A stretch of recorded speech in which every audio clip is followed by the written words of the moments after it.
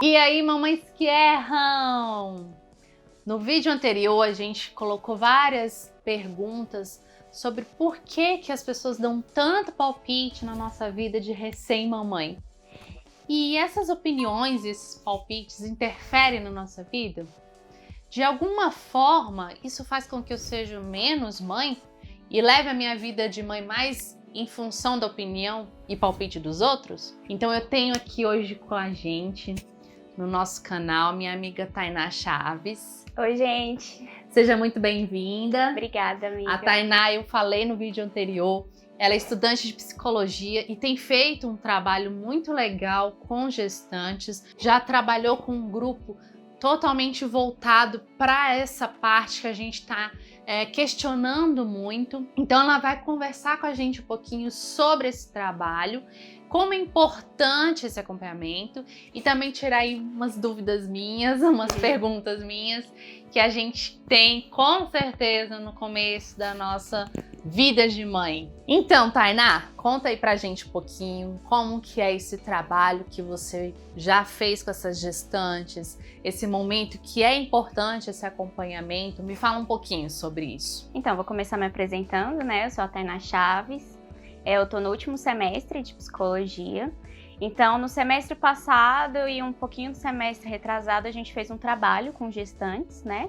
No período gestacional, desde o início, tinha umas também já no final. Então lá a gente viu surgindo muitas demandas e quando a gente percebeu, eram demandas parecidas. E entra bastante na relação do que a Cris estava comentando aqui no outro vídeo também. Então a gente percebeu uma necessidade de trazer informação para essas mães, que geralmente elas só percebem que precisavam dessas informações após o bebê já ter nascido. E é de grande importância, né, essas informações ser trazidas antes disso. E aí a gente fica, meu Deus, por que tá dando errado?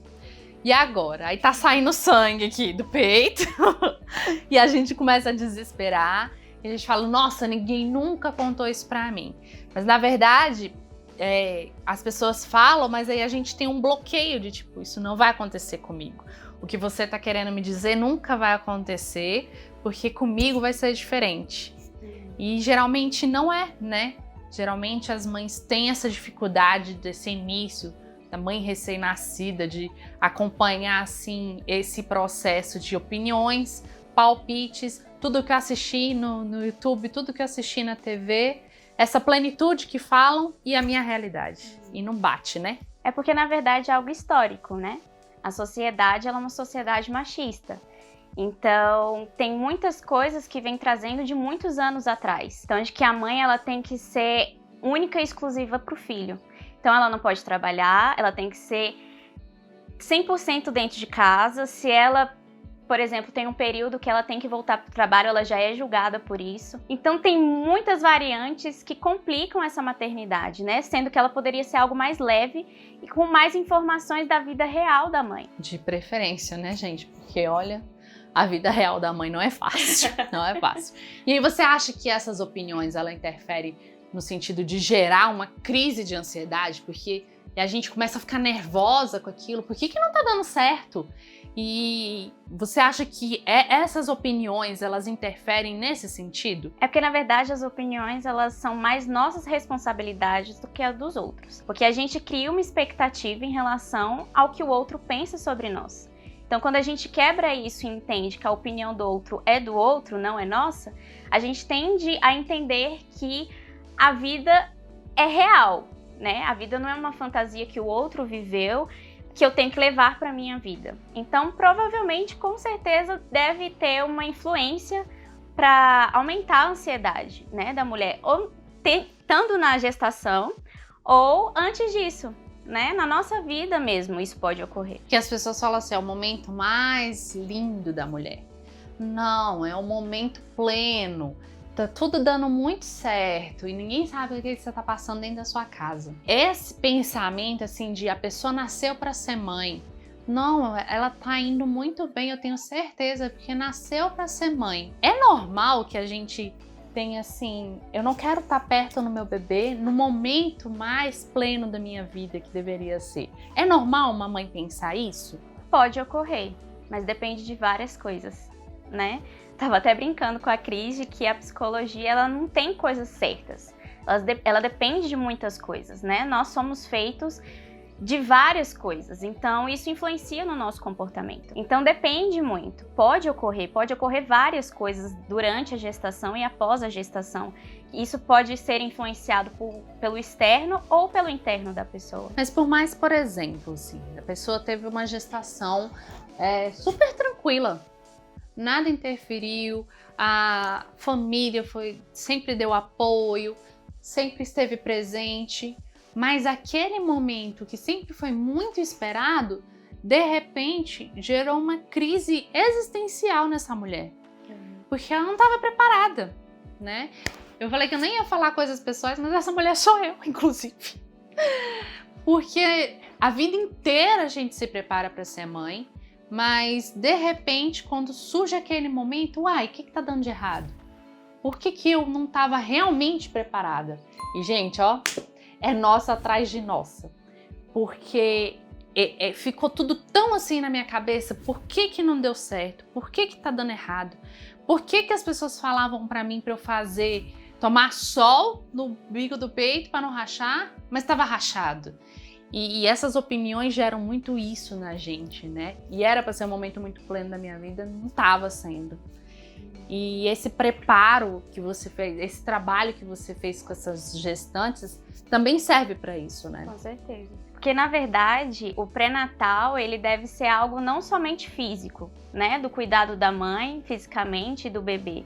Ele deve ser pensado como um todo. Nós somos pessoas singulares, passamos por problemas, e a mulher na gestação, ela tem uma alteração hormonal. Então, assim, o preparo emocional dessa mulher, ele é essencial para ela ter uma gestação mais saudável e um pós-parto mais saudável. Tanto o pós-parto como durante a maternidade.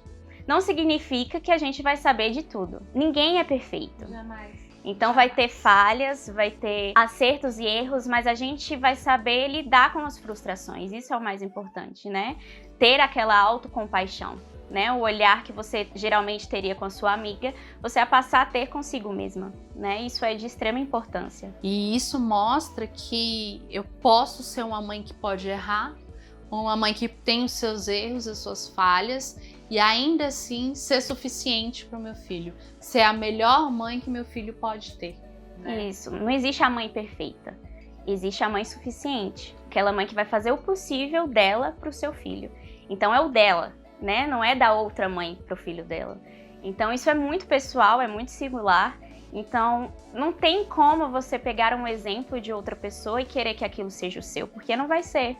Né? Você é diferente, o bebê é diferente, não existem bebês iguais. Então, cada bebê, cada criança desenvolve de uma forma diferente, então isso é muito variável. Criar padrões é errado. Então, eu até estava comentando com a Cris também sobre a questão da paternidade, né?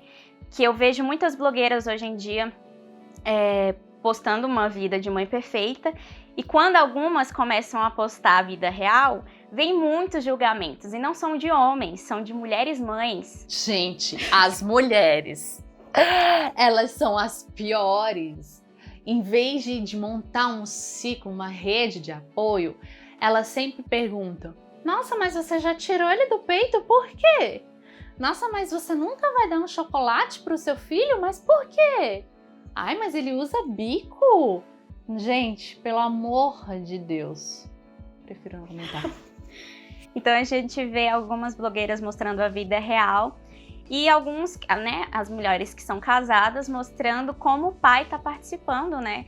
Não só da criação, mas da amamentação, da troca de fraldas, da ajuda da limpeza da casa em si, compartilhando mesmo essas tarefas, acordando de madrugada, fazendo escalas, né, para poder estar ajudando, porque a mulher, após o parto, ela tem a queda de hormônios. Então ela fica mega sensível, às vezes ela fica mega brava. Faz parte da gestação, né, e da pós-gestação.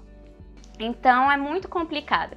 Então eu acredito que a gente também tem que naturalizar essa paternidade. A paternidade que participa, a paternidade que ela colabora com essas vivências, né, dentro da casa de a mãe com o filho. E também parar o julgamento de que uma mãe ela não pode se tornar independente novamente, né? Ela não deixou de ser uma mulher porque ela se tornou mãe. né? Ela continua sendo mulher também. Então entra na questão do empoderamento da mulher, né? Que antes da maternidade, ela é aquela mulher que ela tem que trabalhar, ela tem que ser independente, construir a carreira dela. E essa mesma sociedade que empodera a mulher, ela durante a maternidade, ela critica se a mulher volta ao trabalho. Então eu acho que a gente tem que parar de padronizar essas coisas, né? A mulher, ela pode sim se tornar mãe 100%, se ela quiser, é uma escolha dela, mas ela também pode escolher voltar a trabalhar e tá tudo certo, né? Então a gente padronizar essas coisas acaba influenciando na ansiedade, né, que pode gerar na mãe. Sim, essa incerteza de o que eu tô fazendo, se tá certo, se tá errado, se as pessoas vão me julgar ou as pessoas julgam e isso te traz uma pressão muito grande, né? Afinal de contas, eu não sou a mãe perfeita pro meu filho e eu quero dizer isso nesse vídeo. Você é a mãe perfeita para o seu filho. Você é ideal para ele, não existe uma outra mãe que não seja suficiente para o seu filho. Mas você é cheia de falha, você está aprendendo e as pessoas precisam te deixar errar para você poder ter o seu instinto materno, para você conseguir proteger o seu filho e você se protege também nisso tudo. Então, para encerrar, a Tainá tem uma dica de uma atividade muito legal que a gente pode fazer, inclusive eu tenho que fazer, e ela quer passar pra gente. Entrando no assunto da autocompaixão, né, tem uma atividade muito interessante para ser feita, que é você fazer uma carta para si mesma, né, como se fosse para sua melhor amiga. Então, eu acho legal sempre fazer no final de semana, que você já viveu uma semana super estressante, você faz essa carta para si mesma, né? Tendo autocompaixão, te tratando com gentileza. Então você faz e lê para si mesma em voz alta, né? Eu acho muito interessante. Ai, que fera, muito legal. E você que é mãe que erra, faz essa carta, depois compartilha comigo lá no Instagram, tem o e-mail também, coloca nos comentários. Eu quero saber mesmo sobre você, sobre quais são os seus erros e aquilo que te faz crescer dentro dos seus erros como mãe. Porque eu vou te falar uma coisa, a gente é cheio de falhas e por isso que a gente se torna mãe suficiente para os nossos filhos. O povo só precisa deixar a gente errar. Então, Tainá, muito obrigada pela presença aqui no nosso canal Mães que Erram.